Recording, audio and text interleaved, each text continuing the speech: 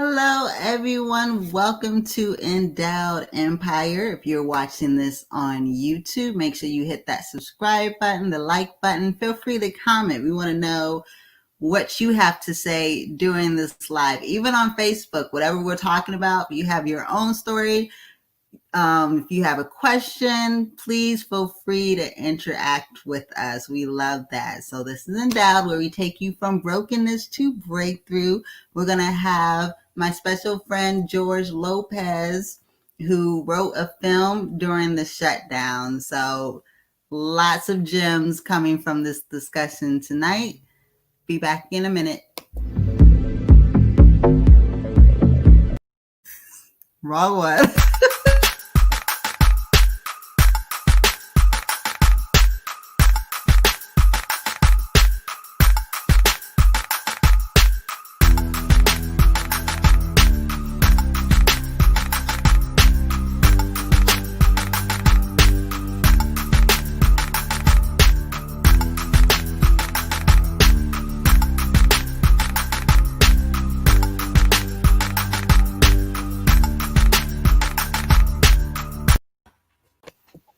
Hey, George. Hey, Capri, how are you? How have you been?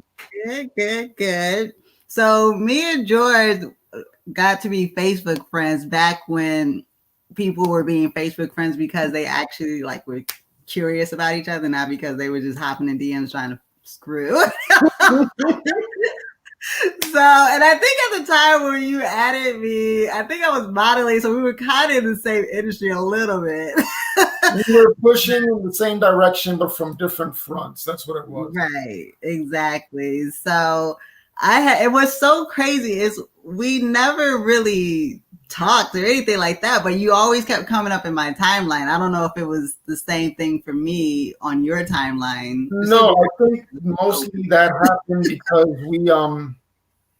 I like to, whether I'm talking about writing or whether I'm hooking up with anyone who looks like they want to do something, I'm that type of person that if you have any sort of spirit and ambition, I'm going to push and I'm going to support.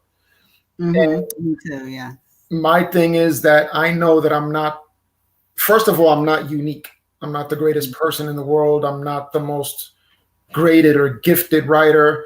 I just happen to be in a certain moment where things are starting to come together. That's basically all it is. There's nothing huge that separates me from the guy who wants to try. There's nothing that separates me from the guy who has already tried and maybe he's getting to that point of success. There's really nothing unique about me. It's just that right now, at this very moment, I'm on the cusp of where it looks like I'm going to succeed. So that's my thing right now. Yeah. So where are you from? I am a proud resident of Brooklyn, New York. Born and bred here. Look at you shaking your head, though. No, but because anybody from Brooklyn is like, it's pride. It's hardcore when you from Brooklyn. Yeah, Bed-Stuy, Brooklyn. Yes. I'm surrounded by history, and I'm fortunate to have been surrounded by so many people of color who supported, who looked out, who actually, even when they didn't come to me directly to say they were supporting, they set examples that I was like, okay, that dude right there, he's making it happen. Okay, that female over there, she's got her thing together. So just seeing that and just knowing that it was wonderful, amazing people of color that I was around, that also pushed me in a certain direction. Yeah. So growing up, what was that like for you in Bed-Stuy? It was average. I mean, like I told you before, we didn't have much in the way of influences back then. It was just me, my two sisters. Our stepfather was not the greatest in regards to role models. But as I told you before, everything that made me who I am, believe it or not, he made a contribution. And this was a man who, as far as I was concerned, he was only with us and he was only with Mom just to have a roof over his head. Right. But he took us to the movies a lot in the 1970s. So Mm. pretty much all of the popular culture that you guys are enjoying now stems in part from that time period. So as a little teeny tiny Lopez, I got to see it present itself and grow and become something. He introduced me to the world of publishing and comic books in the same way, indirectly. This is a man who did not sit me down on his lap and say, George, you're going to do this. You're Yeah. going to say that. No.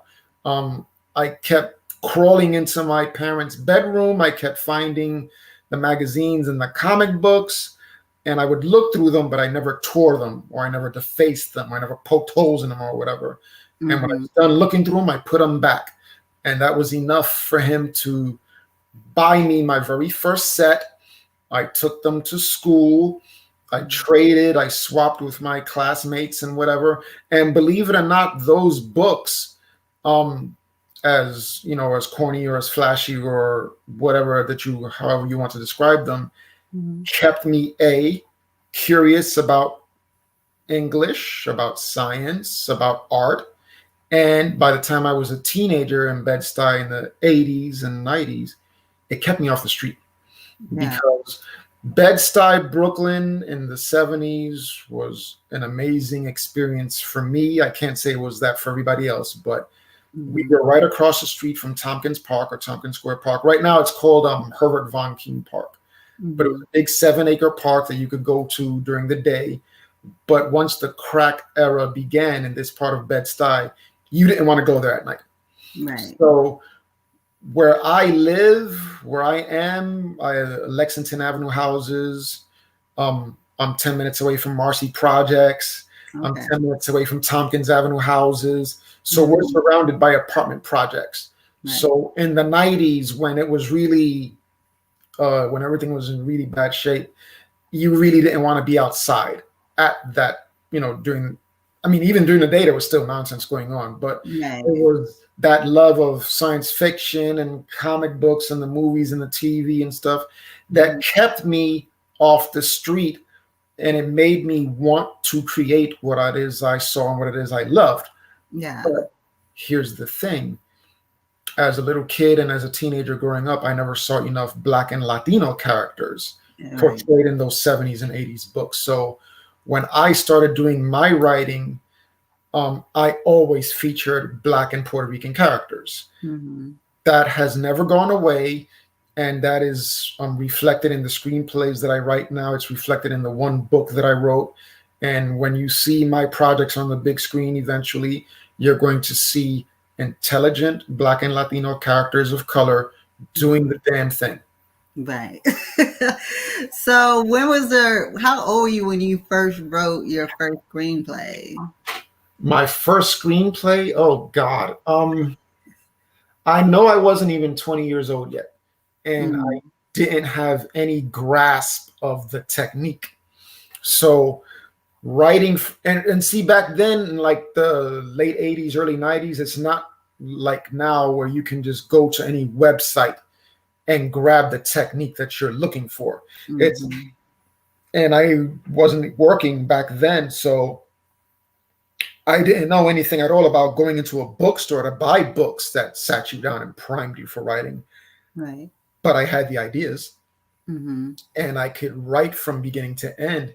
And everything that I do now still stems from that, because when I was writing back then, this is a funny story. I like at the end of every school year, especially high school, that June, my sisters were happily throwing their notebooks away. No, we don't have to worry about school for 2 months.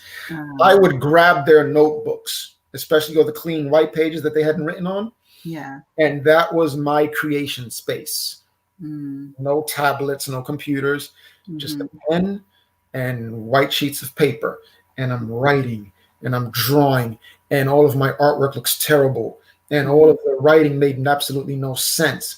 But the story got from point A all the way to point B, and it told a story. And that, it just kept speaking to me. Like there's no job, there's no 9 to 5 that I had in the late 90s through the 2000s where I did not find a white piece of paper to draw on.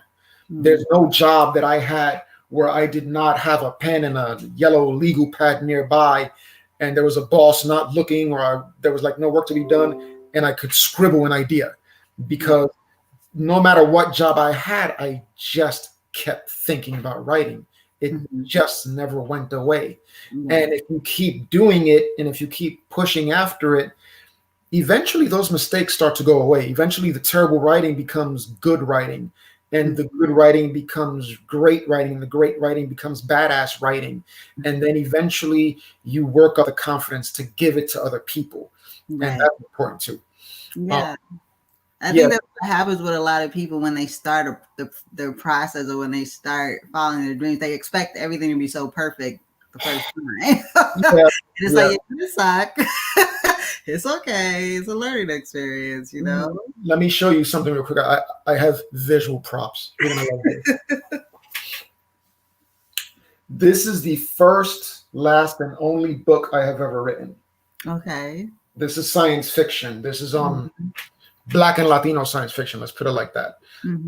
Basically, if you ever saw the movie District 9, the science fiction movie. I love that movie. Okay, that one spaceship hovering over the city of Johannesburg. Yes. Multiply that one ship by 200. Okay. That's basically what a distant battlefield is. Wow. 2 fleets of spaceships fighting each other in another universe. They end up on our Earth. They have no way to go back home. They have dwindling resources, and they have to look for resources and alliances on Earth. And this book came out in October of 2013. Amazon, Frank's Books, all those places picked it up. And I had exactly what you said just now. I had that feeling in 2013 when the book came out. Oh, the book is available. My 9-to-5 life is over. I don't have to do anything except sit here and wait for the entire world to come to me and throw grapes and royalties at me. And it doesn't work that way. Right. It doesn't, because I have that wonderful thing about, yes, I wrote this book and this happened and it's out. And the next day was Tuesday. And you're like, well, okay, so I guess I have to promote some more. I guess I have to talk to people. I guess I have to remind people. And I love to write and I love to create, but I'm not a promoter. I'm not a salesperson. Oh my gosh, yes. And I don't know how to do that. So like the publisher was Wheatmark, and they're taking, like, first of all, they wanted to sell the book for like $30 a pop. I'm like, I'm not gonna sell a book for $30. It's not even hardcover. Was it a hardcover? No. $30. Hardcover here. Right. It's a simple book. It's straight up, TV, movie, science fiction stuff. It's not a sophisticated, thoughtful, philosophical book. Right. What?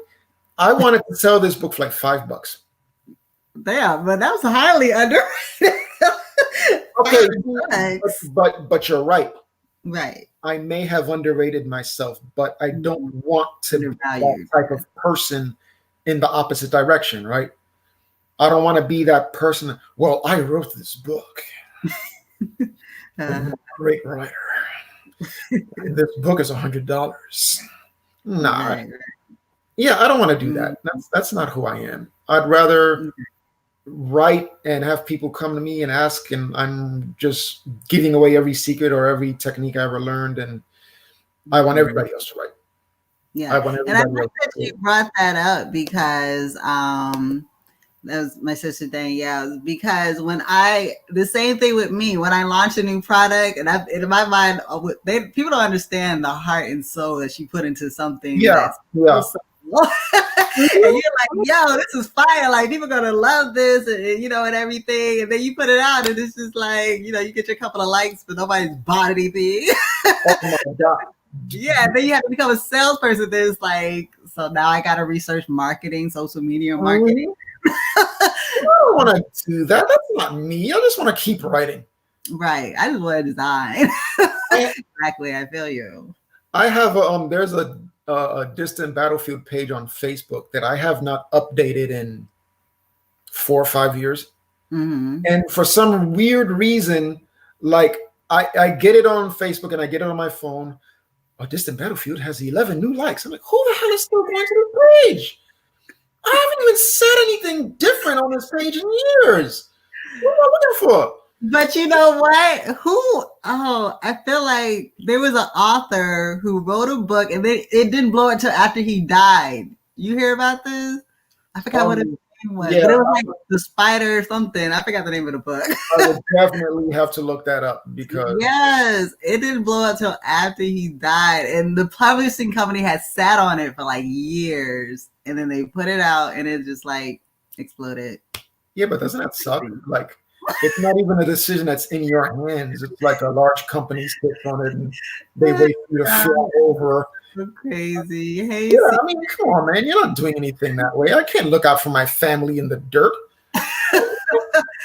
I mean, maybe he left some to his kids. I don't know. I hope so. I also wanted to talk to you because you were telling me that your first movie you wrote was like horrible.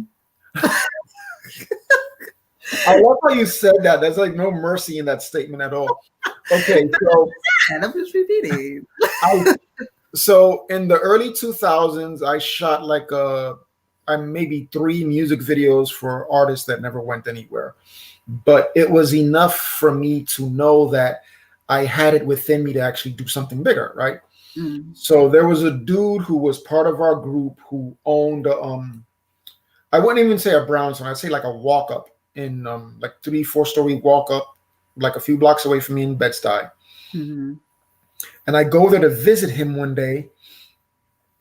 And out of this entire 4-story building, it's just him, his mom, and his little sister who live there. Mm-hmm. And he told me, oh, we're going to get boarders for like the upper floors or whatever. I'm like, no, don't do that yet. Mm-hmm. That gave me the idea for the horror movie that I wanted to do. So the name of my movie was called The Invaders. And this actually, when I give you the plot, it falls in line with how it is I approach everything I'm going to be writing from now on. It has to have some sort of Black and Latino flavor and social messaging for me to even be interested. So The Invaders centers on this white family from upstate New York who have just purchased a brownstone in Bed-Stuy, Brooklyn. And they go there, they're moving in, they've got their boxes, they're going up into the house. While this building was abandoned, it was being used as a stash house by this minor street level drug dealer who was in jail for a few years. Mm-hmm. He had hidden maybe, let's say, $10,000 in cash in the basement and a few drugs or whatever. And when he gets out of jail, it's on the same exact day that the white family is moving into the house. Mm-hmm. So him and his cronies go into the house. They force their way in. They take the white family hostage. They get into the basement. They're digging up the basement. They find the drugs and the money. So now the leader of this group, he has to decide whether or not he wants to eliminate this white family. Mm-hmm. And right when that's happening, I'm throwing in the debate about gentrification. I'm throwing in the debate about what we do to our own neighborhoods, in regards to our own, our violence or what we inflict upon each other. Mm-hmm. And I'm having both of these social issues play as a confrontation. Mm-hmm. And then I throw in the twist. The lights go off, the doors shut, the windows lock. The house is haunted.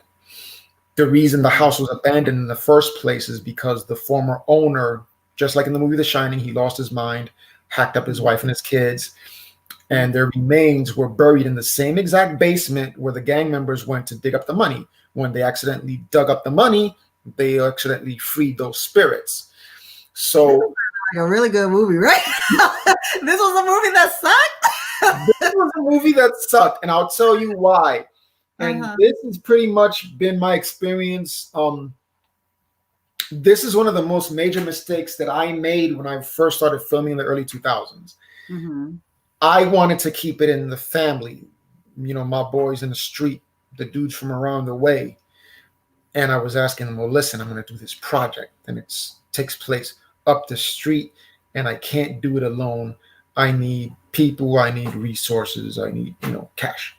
Oh, George, we got you. We're going to do this together. We're going to do that. We're going to do all of it. And when the time came, nobody shows, nobody paid, nobody thought, nobody looked. Mm-hmm. So basically, I'm shooting a movie with a handheld camera by myself, surrounded by like 10 to 12 actors.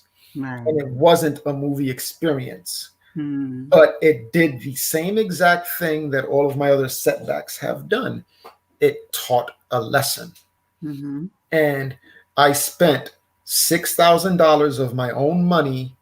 We did we must have shot for like maybe 6 weeks Yeah. in the building. We did a few exterior scenes in East New York, Brooklyn, and we shot a scene in that cemetery like past I forgot where that is, where Highland Park is, I think is the Mm-hmm. name of the park. But anyway, um yeah, I spent $6,000 of my own money, and we edited this film. It came out to 76 minutes. I gave it to a distribution company called Maverick. And Maverick said, because this movie is so short, we're not going to feature it on its own. We're Mm-hmm. going to lump in and we're going to do. They already initially had plans for a series of horror shorts or whatever. They were going to throw the invaders in there. Mm-hmm. And then as soon as I gave them a copy of it, they promptly went out of business. Mm. So it was an experience. Yeah. But my proudest moment was that I got to give every single last one of those 12 actors a copy of that film, no matter how crappy it was, from Yeah. beginning to end. You could chop it up and you could use it for your reel, and you can push yourself, in whatever direction you wanted to go in. So Right. again, that was a life lesson and an experience. And oh, trust me, I sat and I stewed over that for like months. Right. Because even though I shot something and I did something and I waited for the floodgates to open, Mm-hmm. nothing happened. Yeah. And the only thing that I had at the end of that entire experience was me and a bunch of notebooks and the screenplay, but I still had a master copy of that film. I still have it. It's in my closet. I Mm-hmm. can go to any editing company and turn it into a Blu-ray or turn it into a CD or whatever, and I can sit down and watch it. Right. But it's another experience. Yeah. So we was talking right before the live about how, because you had that setback, but you did Hmm. not allow it to make you think that, maybe this isn't working out for me. Like, you went ahead, especially I guess during did the shutdown like make your creative juices flow like even Yeah. more intense? Yeah. You know what happened? The Invaders was, I think that was 2005 or six. The book was 2013. In May of 2007, I almost died. I had surgery on my stomach. They had to remove most of my lower intestine because it Yeah. was tearing. And I sat in that hospital bed after the successful surgery, Mm-hmm. and I was sitting there all by myself. They gave me my own room, and I was asking myself, okay, George, so are we going to go back to being the timid 9 to 5er who keeps quiet and keeps his head down and just works for the rest of his life? Maybe I'll write the occasional screenplay and send it to a service. Or are you going to take this opportunity and this new life and this second chance and do the complete opposite and just go and just push for it and just go after it? And Right. so the book from 2013, that was the first expression of mine saying that no, I'm not going to be timid anymore in regards to trying to truly accomplish and get out there what I want to do. Yeah. In 2015, 2016, I'm entering the screenplay competitions. I'm writing. 2019, I lost the job that I had at some pre-employment background check place, but that's a story for another day. Mm-hmm. But the job that I have now, the Department of Health, Mm-hmm. I got that in July of 2019. And during the interview, my boss told me, well, listen, initially this is a receptionist position. So bring a book to read every once in a while. As soon as he said, bring a book, I knew that I was never going to do that. I knew I was going to buy spiral notebooks and I was going to write. Mm. This pretty much is what it looks like. See? Mm-hmm. I brought like 4 or 5 notebooks and I started writing. So I'm Mm. writing other screenplays, I'm doing other things, and then here comes the pandemic, and here comes everything, and I'm like, damn, man, like I mean, I was about to actually try to do something, but Yeah. the screenplays that I had written back then, the screenplays I had written at the receptionist position, those were things to give to studios and Mm, hope to get a big payday and all right. of that. But I'm sitting in the house from, I'd say, March 11th to the first week in July. And I'm Mm-hmm. sitting there, and by late March, I'm like, well, what if I write something that I can actually film? Instead of just doing the big balls out, I mean, I've already turned A Distant Battlefield into a screenplay. That big ass book that I showed you, Mm-hmm. that's 119 pages now of a screenplay. I've given that to a few studios, and they're doing whatever it is they're going to do with it. But Mm-hmm. I wanted something for me. I wanted something that would have my stamp on it, that would say, yes, strong characters of color. I want to do this. I want to do it right now. So between March and I'd say early April, I took the one last empty notebook that I had and I started writing. And that was the idea for Get Down Gang. And it was something that I could film around the way.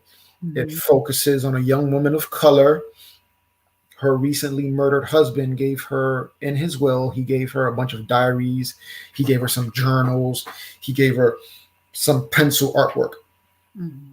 And all of these items seem to be pointing her in a certain direction. And it's not until she realizes that this is leading me towards somewhere.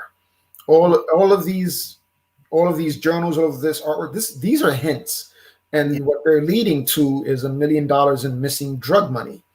Yeah. So while she's running around Brooklyn uncovering clues, she's recruited her childhood friends.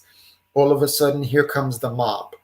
All of Mm-hmm. a sudden, here comes a bunch of corrupt cops.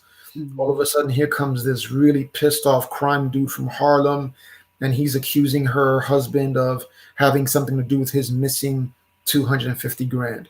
So all of these people are chasing her while she's chasing the money.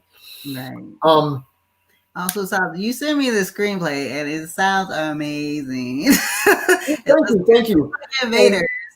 But I mean, when you started writing, did you deal with the writer block and the second guessing? Like, I'm curious your process for writing these films. oh, I got you. I got you covered. Mm-hmm. Um, I never go to a computer screen blank. I can't sit in front of a blank computer screen. I can't sit in front of a blank. I can even do that in front of a blank notebook. The notebook that I showed you, Yeah. that's not even the first step of the process. I always start here. Okay. I start here. And the freedom that I get with just a spiral notepad is something that it's unmatched. I freaking love it because I don't have to get every idea out. Right. I don't have to get every idea correct. Mm-hmm. I don't even have to get the ideas in order. All I have to do is get them out of here. Mm-hmm. So when I get them on a piece of paper and I'm writing, I'm like, okay, that's enough for one day. Let me just go and do whatever. Mm-hmm. Oh, let me just sketch a little monster or something or whatever. And then by the time that's done, I might as well show you the whole thing. Trust me, I got props and everything.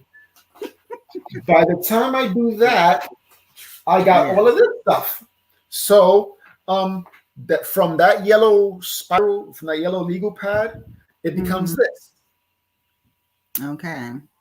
So from there, now I can do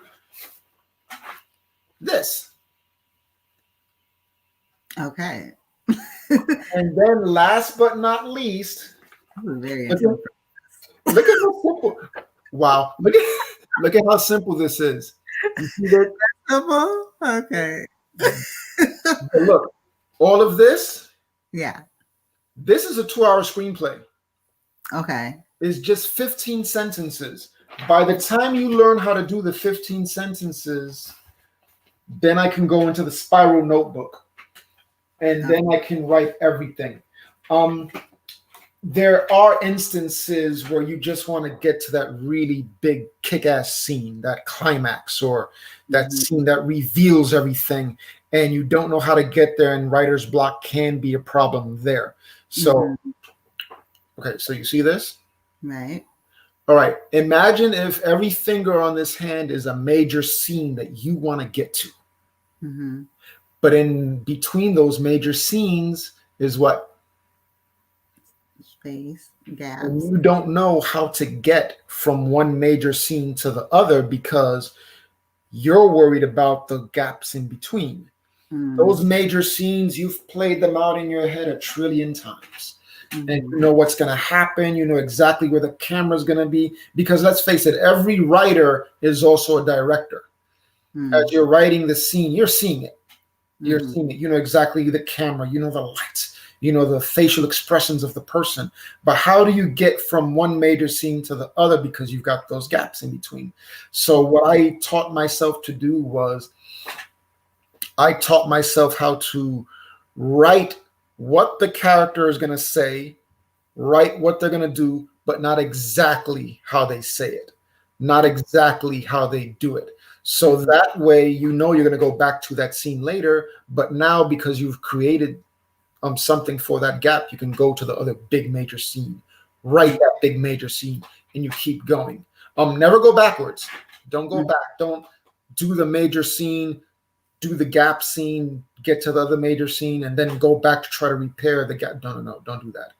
Get Okay. from page one all the way to the last page. Get to where it says roll credits. Get to where it says the end.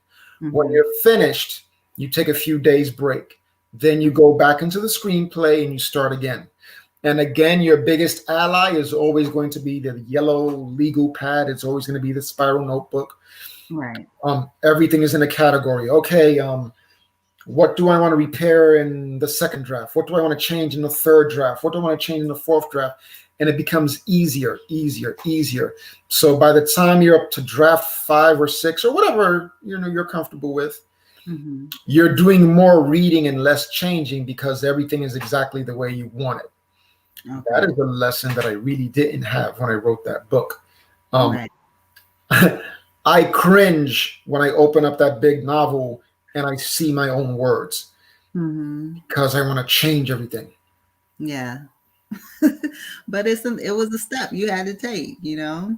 It is, and I'm gonna say this because I know we spoke about it briefly before, but I want to really tell your viewers. Yeah.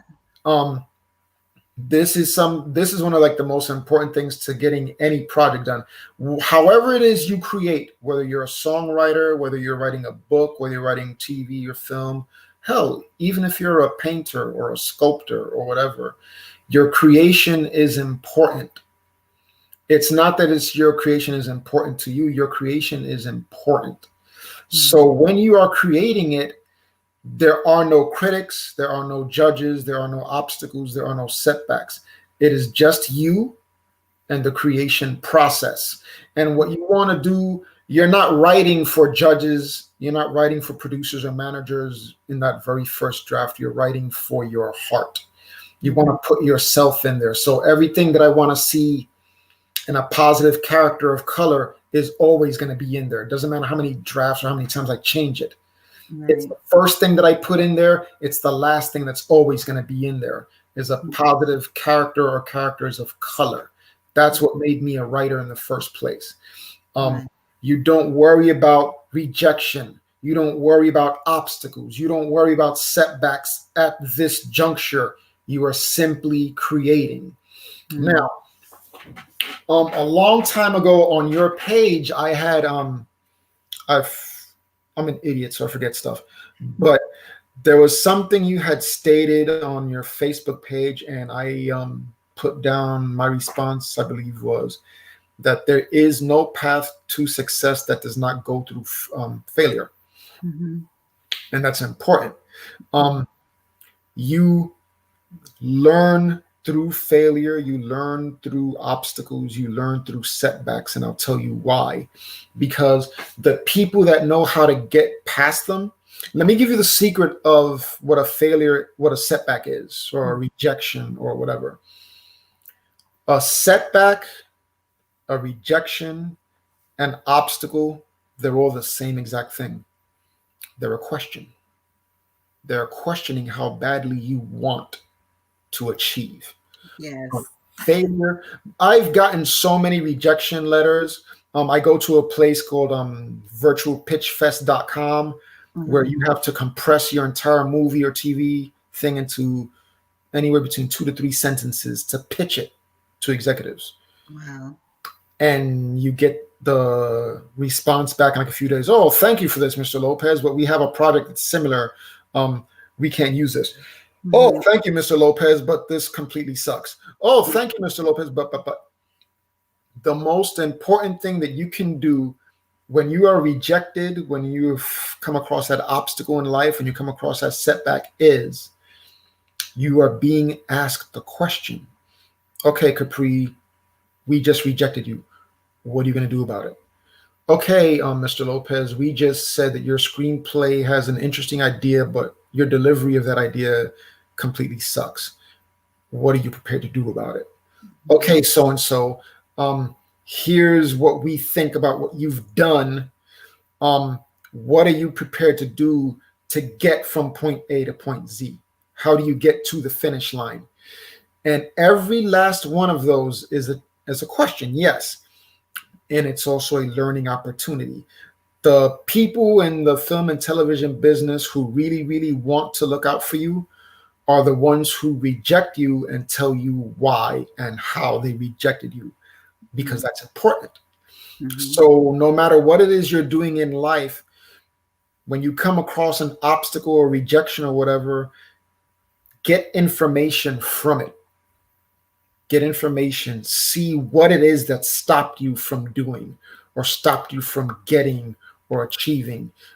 I got this quote from a professional wrestler from a trillion years ago. He Mhm. said that failure is only complete if you don't learn anything from it. Mhm. That first time you get that failure, it's a classroom, it's a textbook. Learn from it. Yeah. Learn what it is you did wrong, and then move forward. And then you put yourself in the mentality of, I'm not saying to look forwards and be excited about failure. I'm saying that to be aware that it can be a possibility. I mean, Yeah. the one thing you want to tell your people is that you're only in it to succeed, right? That's Mhm. it. You're just going forward. You're going to accomplish, you're going to release, you're going to display. Everything is going to be out there for you as long as you keep pushing forward. Right. But there are going to be obstacles. So prepare yourself mentally. You get past those obstacles. You get that accomplishment that you're looking for. Yeah, it's gotten to the point I call failures happy accidents. I think it's all about perception.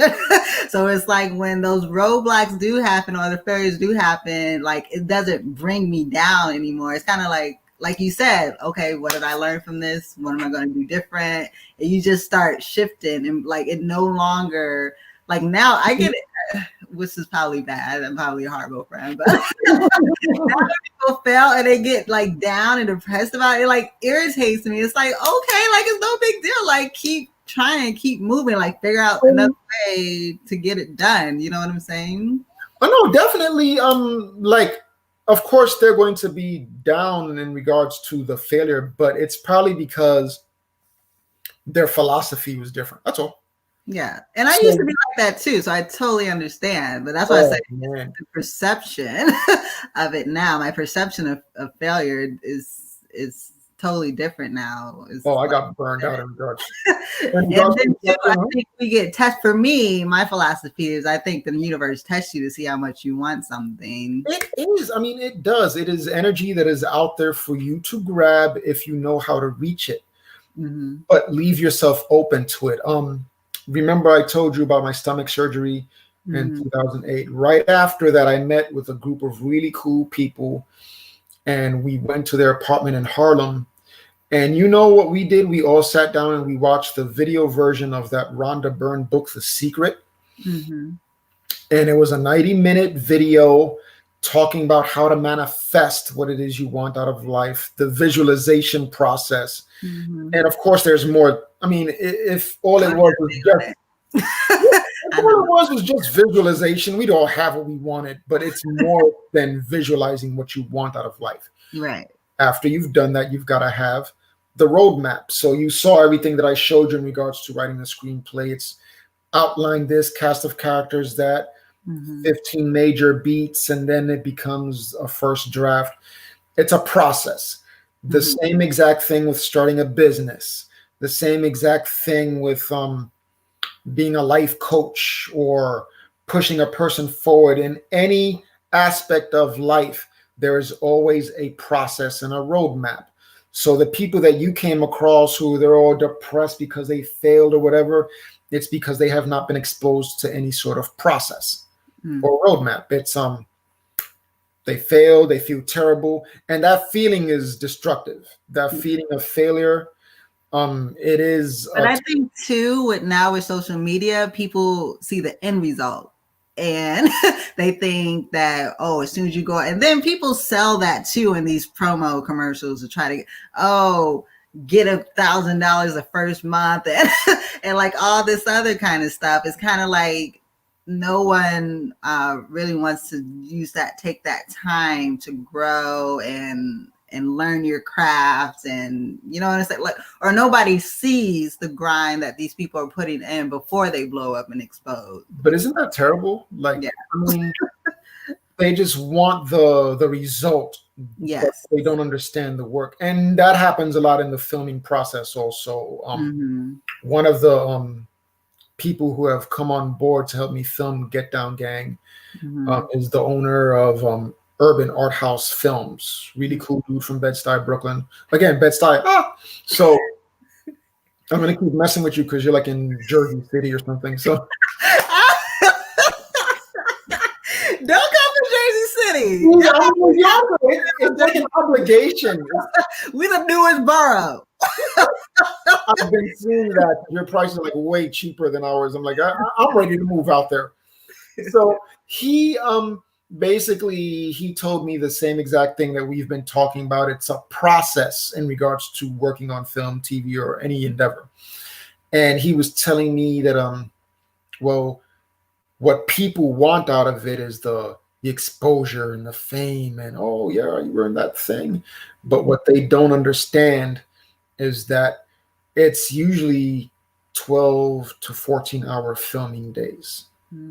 Even I was doing that in that damn house for a $6,000 movie. Even I was doing that because you want to get the shot right, or you're rehearsing the scene 1 or 2 times before you even turn on the camera, or lights are being moved, or makeup is being applied, or a brand new wardrobe. So there's always something going on, even when the camera is not rolling and even when the actors are not there. It's a process. So you're going to be putting in hours in any sort of success, any sort of endeavor, whether you're sculpting, whether you're owner of a small business, especially if you want to launch a business. It's work. Yeah. But if you have this passion, if you have this calling, if every day of your life, all you do is think about that one little thing and you just can't help it, then that's where you need to be. That's where you're supposed to be in life. That business speaks to you, that songwriting, that movie industry career, whatever career it is that speaks to you. And we were speaking about this before we went on the air, that you have seen everything this world has to offer, especially the bad things about this place and what people do to each other and whatever. But you've also seen the good stuff. You've seen the positive stuff. You've seen that there is good out there and that you can make contributions to that good. However it is you want to do it, you yourself have the capacity to make a contribution to this world, or as I like to call it, the universal fabric. Find that one thing in life that speaks to you and you just can't stop thinking about it. And then you become that thing. You learn about that thing. You research that thing. You stick your toe in the pool of that thing, gain experience, and eventually you become that thing. And that is how you make a contribution to this world. Yeah. And I don't even think you have to find it. It finds you, I think. Like, I mean, I don't know with you, for me, it was just like a vision that just kept nagging me. I just kept seeing, because where I related with you is how, when I first started N-Dowd, it was a complete failure. I was horrible. I didn't know what it was. Passion. Confidence. Yeah. Confidence was the biggest thing. And then I didn't handle failure that well. And then, but it was something, I let it go, but I kept having visions about it. And pushed me. Yeah. You know what's funny is that I remember a dude by the name of Richard Hodge, who I wanted to make a contribution to his film project. And we went out one day to Washington Square Park, and he wanted to do man on the street interviews for a certain segment of his film. Mm-hmm. And he sent my inexperienced ass out there to approach complete strangers. Listen, we got this camera. We got 10 minutes. You want to be in front of a camera for a movie that you probably won't agree with? And I had to ask that question over and over and over. In New York.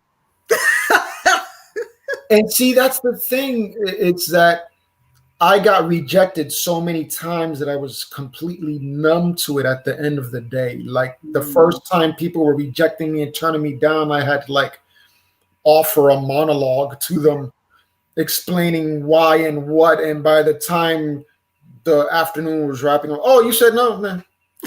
All right, take it easy. You don't take it. So I'm not saying, get rejected so many times that you become numb to it. I'm saying expect it, be prepared to deal with it when it shows, but don't fall off your path. Don't derail yourself. Yeah.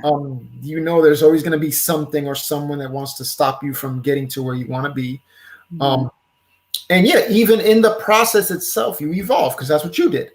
Mm-hmm. You evolved. You have the show, you have the programming, and you have a certain circle of people who gravitate toward you in regards to your regular programming. Mm-hmm. And that is an evolution of what it is you try to do in the first place. It was just the t-shirts, if I remember correctly, the first time. So it's an evolution of stuff. Yeah. Me, it's just writing and creating. And this time it's being able to meet with people and you talk about your vision to them, and that's what gets them on board. That's basically how the Get Down Gang got started. It wasn't just because that I wrote the screenplay. It's because out of that pandemic time period when I'm sitting in the house doing nothing, in all those years that me and you have known each other, I had known other people who are in the business or on the outside of the business, looking in and looking for their opportunity. Mm-hmm. And those are the people I went to first, because like I said, I'm not super experienced at this. I'm not some huge mega director or whatever. I'm a dude pushing in a certain direction, and I'm in a certain moment in time. And I want to give that opportunity to other people. Mm-hmm. So now here comes this editor. Here comes this storyboard person who you introduced me to. Mm-hmm. Here comes this fashion person. Here comes this person and the person I'm referring to now, she's in Minnesota. She does this gorgeous collection of custom handbags and purses and clutches. And I'm going to feature her product in the climax of my film. Mm-hmm. So it's not just me, pushing my project forward. I want to actually use the movie as a platform for this designer, that caterer, that songwriter, that person over there. Mm-hmm. All of us get together. Everybody got the same material you got. They're all excited. And it's a group thing now. Yeah. So to all of your listeners, whatever it is idea that you have, whatever it is you want to introduce to the world, your confidence in your project will attract people to you. Mm-hmm. So when you're speaking to someone about what it is you want to do or where it is you want to be or what it is you want to offer, when another person is listening to you describe what it is you're talking about, that confidence that you have, it pulls people toward you. And eventually that one person with one idea becomes an entire group representing an idea. And that's how it comes to life. Right. I don't know. Did you watch that movie? Well, do you have Netflix? I don't know. I do have Netflix. Did you watch the Eddie Murphy's movie about the guy that created, was it Dolomite or something? Oh my God, the Rudy Ray Moore. Oh, girl. But it was about his confidence. It was about his confidence at the end of the day. This dude made the most low budget movie, classic movie. Rudy Ray Moore it was a very inspirational film for me. Which is hysterical because his albums were so X-rated. All of his albums were X-rated. And that was Hysterical. See, I didn't know him as the comedian. I knew about him as the. Actually, no, he was an MC. Rudy Ray Moore, he was starting out as an MC, introducing acts. He just didn't like the act that he was introducing. So when he did the thing with the monkey and the lion in the jungle, that was him coming off the top of his head. He was putting all that stuff together. That is what he made the album with. That's what the album centered on. And as you saw in the movie, he couldn't really sell it. He was selling it around the way. Yeah. And then it blew up from there. He got the contract, and then he became bigger. He took it on tour. Mm-hmm. And his movies are, if you go to Amazon Prime, his movies are out there. Disco Godfather, Tornado. But I just thought it was crazy because I mean he had talking about obstacles. They just kept popping up right and left, and people with zero experience, they just all got together and believed in his vision because, like you said, he had that confidence, like he believed in himself so much. But isn't that the it is. It is. My friend Casey said, beautiful description on how to stay true to who you are, and confidence is key. Oh, thank you very much for that. It's all within you. Like every single solitary thing that you put out into the universe, it's because you found the energy within you, and then you put that energy out there, and here comes people. Not just fans, not just supporters. Like the scariest thing that I ever had to do in regards to anything I ever wrote was to get past my family. Because the easiest thing in the world to do is give your family a screenplay. Here, read this. Thanks, Mom. Thanks for that. You got $1 million contract you want to give me? It doesn't work that way. So you want to go out of your comfort zone. That's an important phrase. Get out of your comfort zone. Get out of the people that you know. Get out of the neighborhoods that you know. Get out of the go to complete strangers. Go to organizations that do what you want to do. Go to even if they reject you that very first time, go to them and tell them that you're doing what they're doing and you want to either learn or submit to their procedures or what have you, but get away from the people that you're familiar with. Once you do that, that's how you gain the experience and the confidence to keep pitching your product, whatever it is, to whoever is willing to listen. And trust me, once they see that confidence exuding off you, and they're like, okay, I'm going to take a chance with your project. Okay, I'm going to throw some money at you and Right. That's how it works. Yeah, never get comfortable. That's like my favorite quote is get comfortable with being uncomfortable. That is my favorite quote of all time, because that's really what you have to do to get to the next level of whatever you're doing. Holy God, I forgot. And see, this is the thing. Like I said, I'm a moron, so I forget a lot of stuff. One of my favorite quotes, and I read this so long ago and I wasn't smart enough to write it down in regards to success or achievement. And the quote goes, if you believe you can accomplish something, you will. If you believe you can't accomplish something, you're right. And that's all it says. The quote gives you no wiggle room. There's no mercy in it. It just tells you that if you have confidence, you're going to make it. But if you don't have it, and the non-mercy part is important. It's kind of like that blast of cold water to the face that you need to wake up with. But it's cold for a reason. Cold water wakes you up for a reason. And it's the realism of it. You got to get out of there. You got to get into a space where you've never been before. And the only thing you have to arm yourself with is your confidence in you and your confidence in what you're trying to put out into the world. So that is how you get it done. Yeah. She said each pitch gets you closer to the figure that'll offer you the opportunity desired. Yeah. Correct. In my line of work, it's sitting across from people who have heard it all before. And so what they want from you is something that they either haven't heard before, or what they want is to see a certain attitude that says to them, okay, if we give this guy our resources, if we give this guy our money, he looks like he can pull it off. Because at the end of the day, it's basically you are not going into that room to sell yourself. Remember, you're going to a large entity.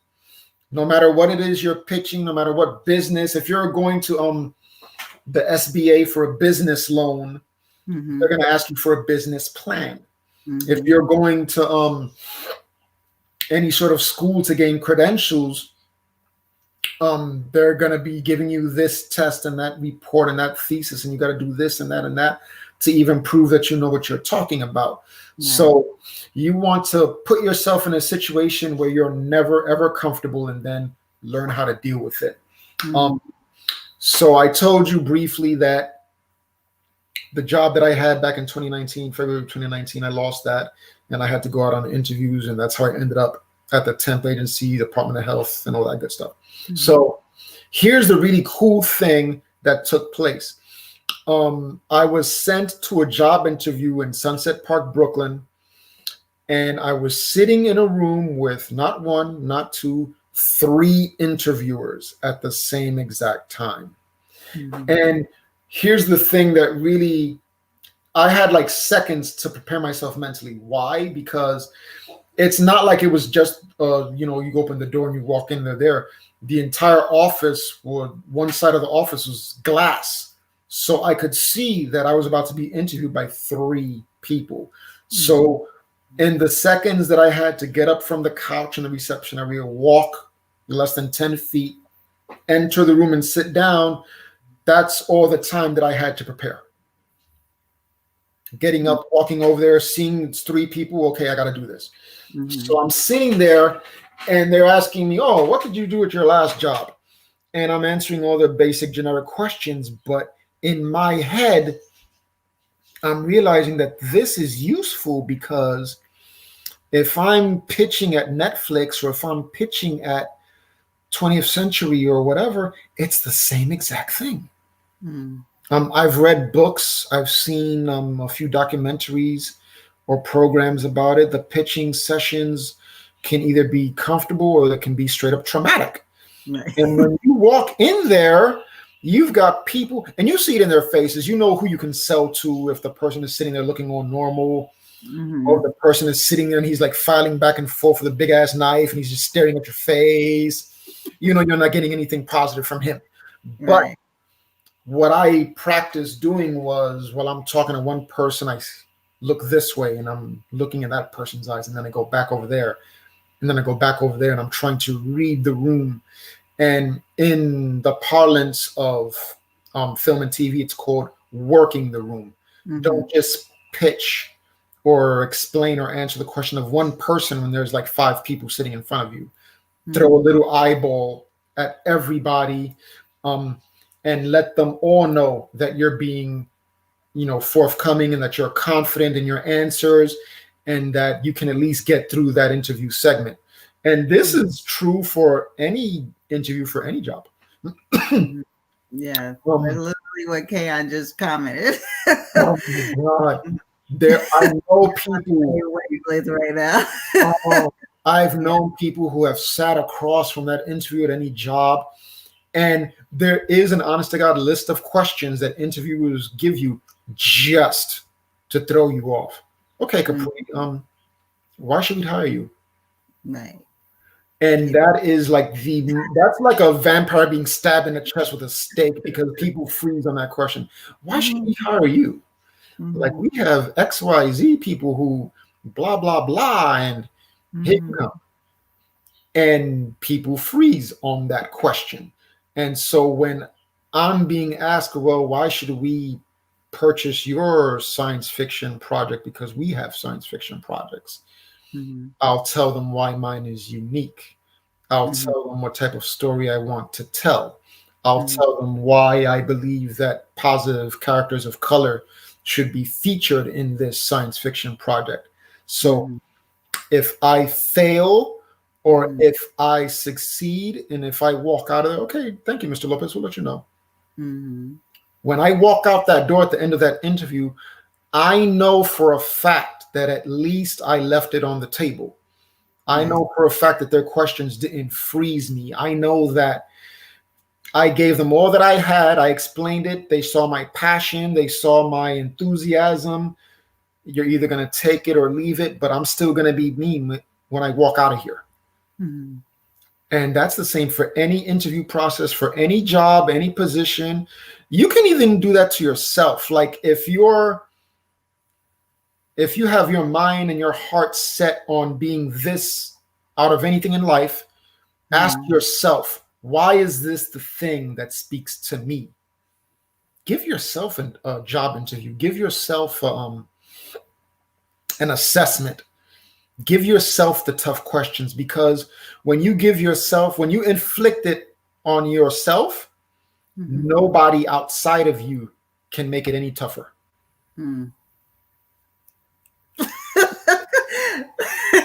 That's a word right there, Mr. Lopez. Yes, I love that. I'm doing my best. Like I said, I'm no better or worse than anybody else.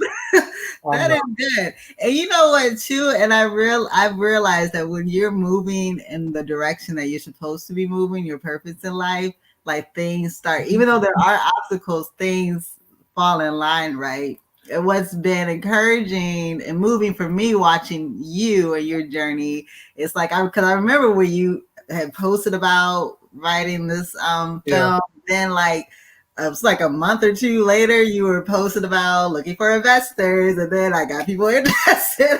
And then you put up a post like looking for actors, looking for producers, this is all happening like within months. To me, this is usually like over a year's, kind of process. But it's just like that right now, like it seems like you get this moving. You've already shot the trailer, right? We already shot the teaser trailer. We shot it in one afternoon out in Williamsburg, Brooklyn.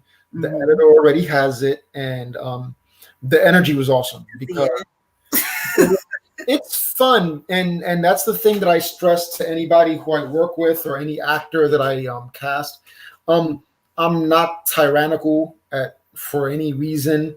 If I'm not having fun directing, they're not going to have fun acting, and it doesn't make it a process of creation. It makes it a chore.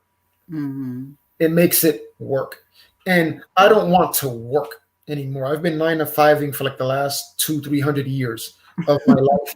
So, and in all that time period, all I ever did was think about writing and creating, because I'm a huge consumer of popular culture and books and what have you. So I want to make my contribution.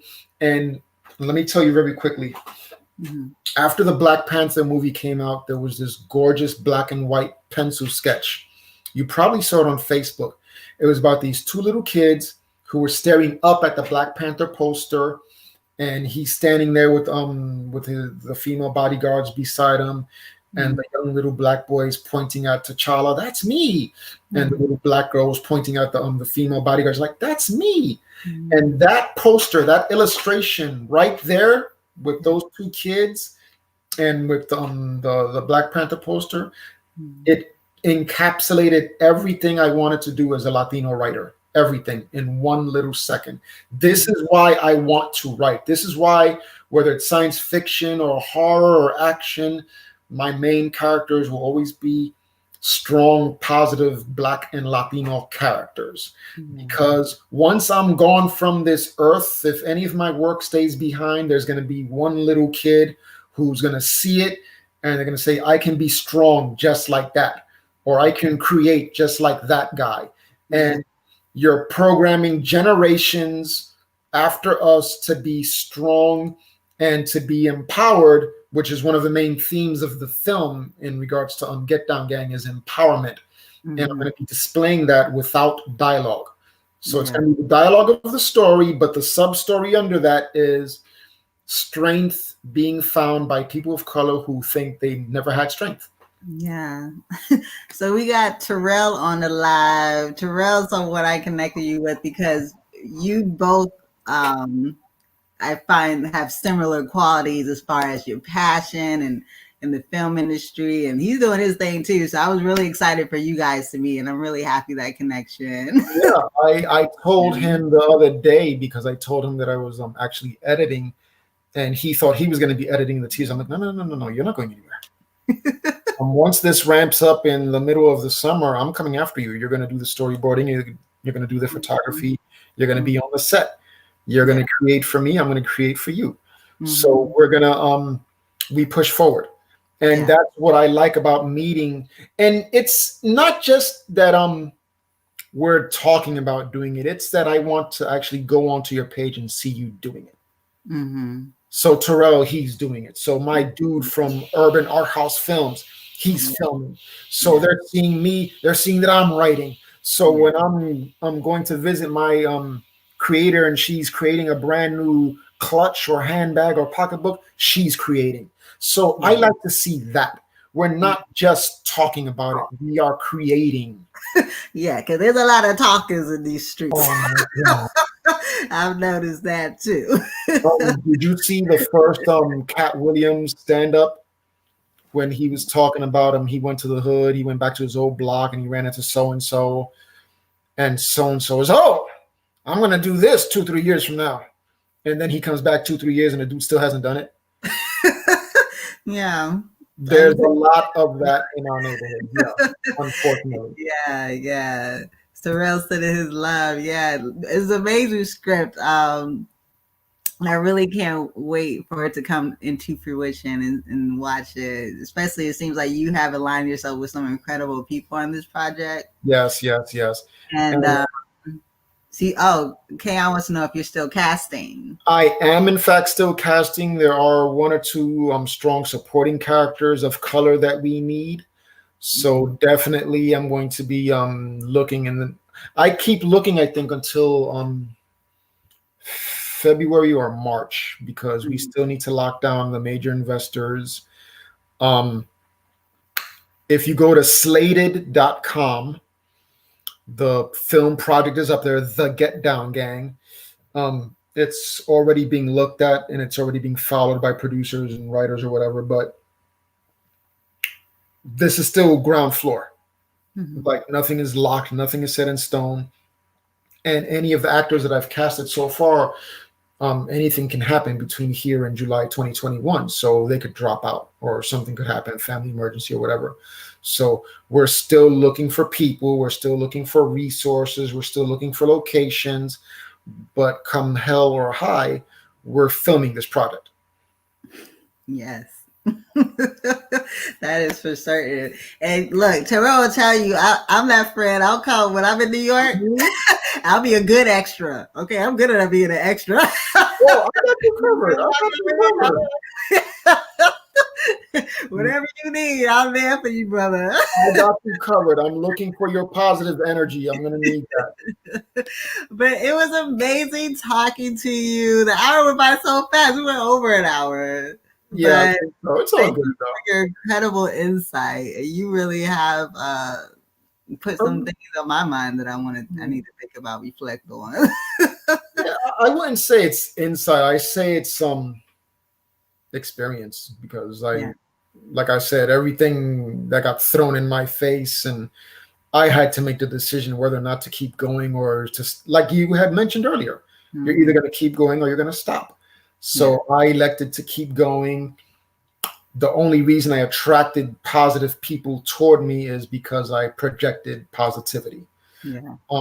Look, that is all cast. We filming this movie. I'm going to be talking to him this week, because once we've got the editing, once we have the teaser up, I'm going right back to Terrell, because I'm going to need him.